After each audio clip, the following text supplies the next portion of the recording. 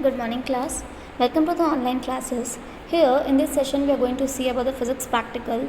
So, in this practical, I am showing you the first practical. You will getting the two videos. And the first video, you will be seeing how the practical will be done. In the second video, I will be showing the instrument and will be telling you how to take out the readings. Okay. So here, this is the physics practical. The first one, that is, you can see in your lab manuals also. Firstly, it is written as the aim. So what is the aim of your practical, that what you have to do in the practical? So first practical are divided into two parts, that is 1A and 1B. So 1A is the measurement of a spherical body, okay, and in the 1B you will be doing the cylindrical body. So here, what is the aim of the first practical, that is 1A, to measure the diameter of a small spherical or the cylindrical body, but in 1A we will be using only the spherical body. So the measurement of the small spherical body using vernier calipers. So there we will using an instrument device which is named as a vernier calipers. We will use this device to measure the diameter of the spherical body. So next thing, apparatus required, that is what are the instruments that are required in the practical. So it will be vernier calipers. Second one is spherical body, that is we can take the bob. It will be known as a pendulum bob, because we will do another practical pendulum one. The other bob is to be attached with a string. So here it is a pendulum bob, or you can say that it has a metallic bob also. And a glass magnifying lens is here, but no need to see the magnifying lens because the divisions are too small to see in the instrument. So we use the magnifying lens. And second thing, theory is given. So what is the theory? That we are using an instrument which is named as a vernier scale. In that, the upper scale will be movable, so we can move that scale. And in the back part of the scale is a main scale reading, which is not movable.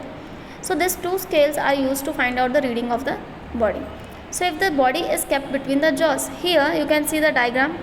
The instrument will be also the same, that is these are the jaws, okay, and here if you see this down one, this is the lower jaws, and the upper one is the, these two jaws are said to be the upper jaws, okay.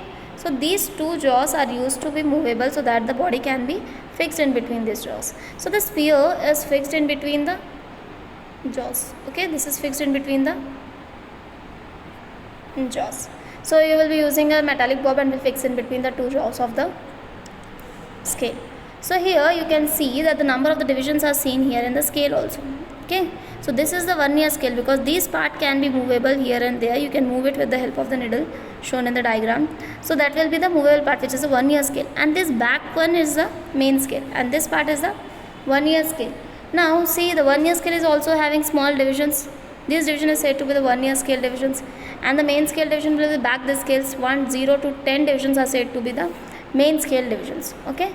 So we have to fix the bob between the jaws, and we have to read these readings, and we have the two readings, that is main scale reading MSR, and the second one is VSR, that is vernier scale reading, that is the reading of the vernier scale, and other one is the reading of the main scale. So both the scale readings will be used in the measurement of the diameter of a spherical body. Similarly, after that you have to write this procedure also. And you can see here the least count. What is the least count means? That what is the leastest value or the least value by which can measure this instrument. So instrument will be measuring the least value, that will be the least count of the vernier calipers. So in the figure you can see that main scale divisions are having 10 divisions, right? So main scale is from 0 to 10. So we can write that 0 to 10 it can measure, but the smallest division will be 1.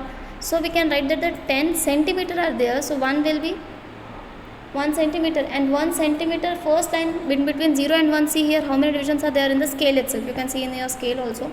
So it is similar to that of the plastic scale which you use, or a metal scale which you use. So 0 to 1, in between this there will be 10 divisions. So 0 to 1 there will be 10 divisions, and to find out the least count we have to divide this 1 upon number of total divisions between these two divisions, that is 10. So 1 upon 10 will be 0.1. And the other thing, that the vernier scale divisions, you can say here vernier, there are 10 divisions in the down part, that is this down part below the 3, you can say there are 10 divisions. But these 10 divisions, when we close the whole vernier calipers, we will see that there are only the 9 divisions which are matching the main scale reading. We are having the 10 divisions of vernier scale, but the whole vernier will not match the main scale reading. So the 9 divisions are equal to that of the 10 vernier scale divisions will be equal to that of the 9 main scale divisions. So 1 vernier scale division will be 0.9. So we have already seen that 1 mm and this is 0.9 mm. On subtracting this both, we can find out the vernier divisions, that what it is, 0.1 mm, and if you write in centimeter, that is 0.01 centimeter. This is the least count for the 1 year scale. And what is zero error? That when you close the hole without keeping this pair, if you close these jaws together, then we will see that whether the first division of the 1 year scale and the first division of the main scale are matching or not, or they are coinciding or not. If they coincide each other, then we can say that the least count is not here. If the or zero error is not there. If you will having the values other than 0, that if it's moving to the left side, it is the positive error, and if it's moving to the right side, it will be the negative error. Okay.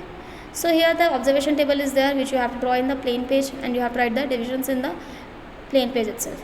And after that, we can see here the calculations. You can write this in the plain page itself. But only the result, precautions, and the source of error, this will be written in the rule paper, and the starting theory, procedure, aim, and apparatus will be written in the rule paper. But the observation and the calculations will be written in the plain page. So in the next video, I will be telling you how to take the readings and how to write that readings in the copy. Okay. So have you understood what the instrument is and what you have to do in the practical? So in the next class, we will be better to understand what the practical we have to do in this.